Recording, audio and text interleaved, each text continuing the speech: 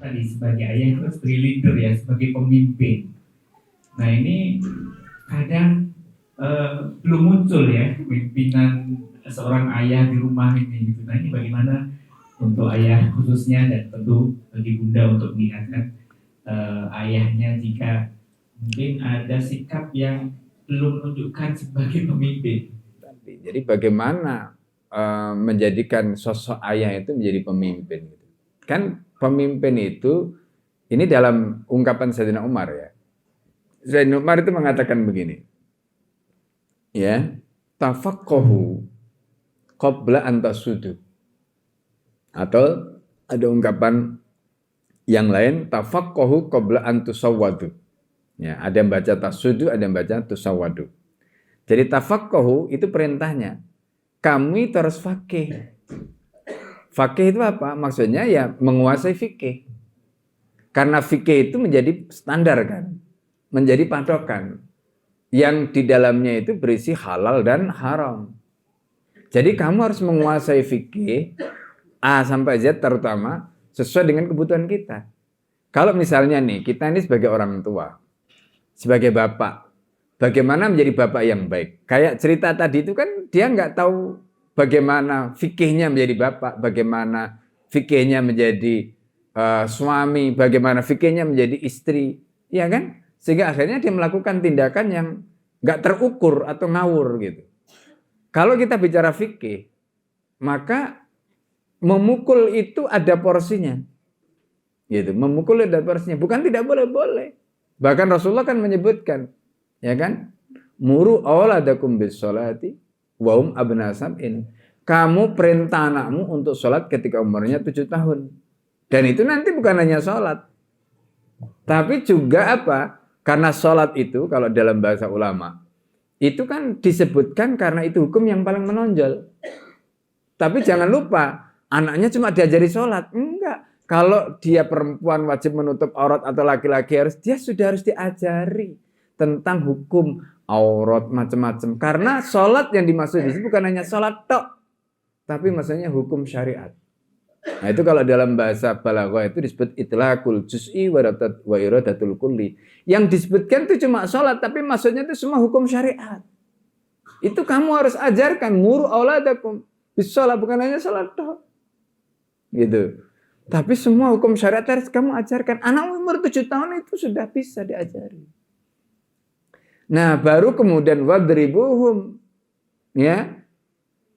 Dan pukul mereka wam abna asyirin ketika mereka umurnya sudah 10 tahun.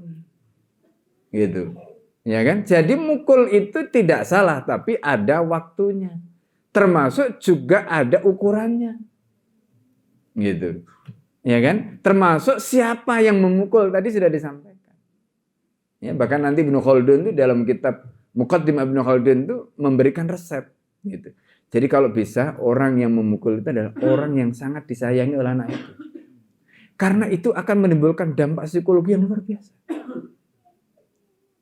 Sehingga pukulan itu bukan hanya sekedar kan ada kan anak itu yang sudah dipukul tapi nggak kapok-kapok. Karena nggak tepat yang ngasih pukulan.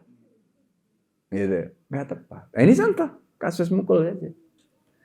Nah, bahkan ini Luqman Al-Hakim di dalam kitab Khilyatul Aulia itu mengatakan begini. Ini tentang pukulan. Jadi kadang ada yang mengatakan jangan memukul, itu tindakan fisik ini. Ada itu semua ada rumusnya. Nanti kita bisa bedah bareng-bareng gitu. Luqman Al-Hakim di dalam kitab Khilyatul Aulia yang dikutip oleh Abu Nuaim, Al-Hafidz Abu Nuaim itu mengatakan begini. Darbus sabi samatun lizzar'i katanya. Pukulan kepada anak kecil itu seperti pupuk untuk tanaman. Gitu. Ya. Darbus sabi samatun lizzar'i. Itu kalimatnya. Ya. Jadi pukulan pada anak kecil itu seperti memberi pupuk kepada tanaman. Jangan kelebihan juga, nggak boleh, mati nanti Bu. Kebanyakan pupuk ya, mati juga. Gitu. Nah, itu overdosis namanya kan. Nah jadi itu makanya semuanya harus terukur. Gitu. Nah itu peran orang tua di situ. Nah sedikit tadi mungkin tadi disinggung bagaimana posisi ayah. Gitu. Nah jadi imam itu penting karena Apa sih namanya imam? Nah, itu.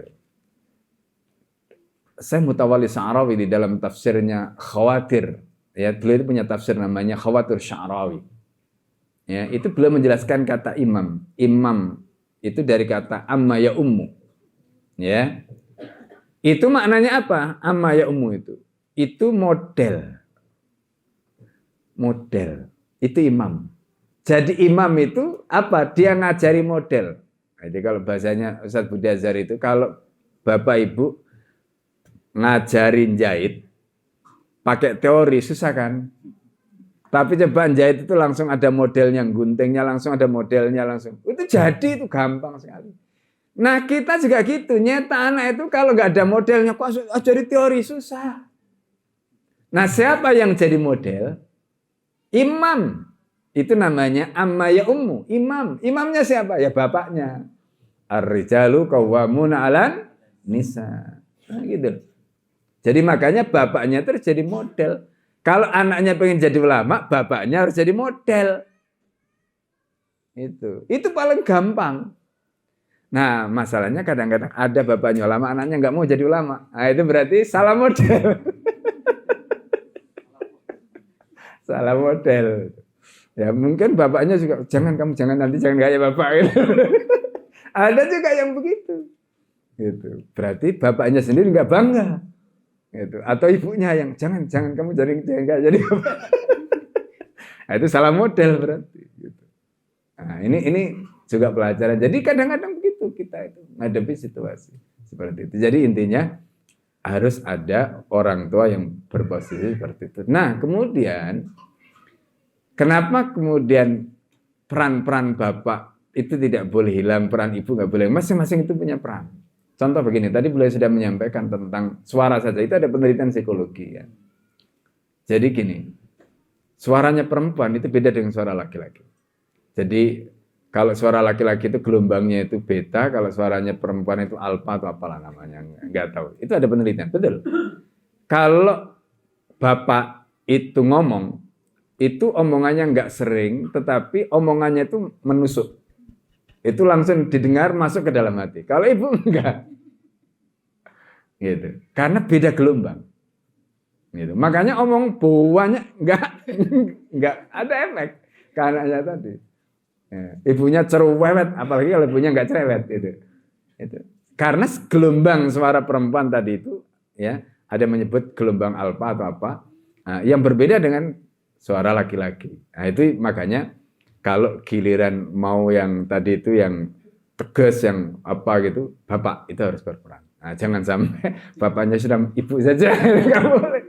Ya nanti akhirnya nggak berubah. Nah, itu gitu.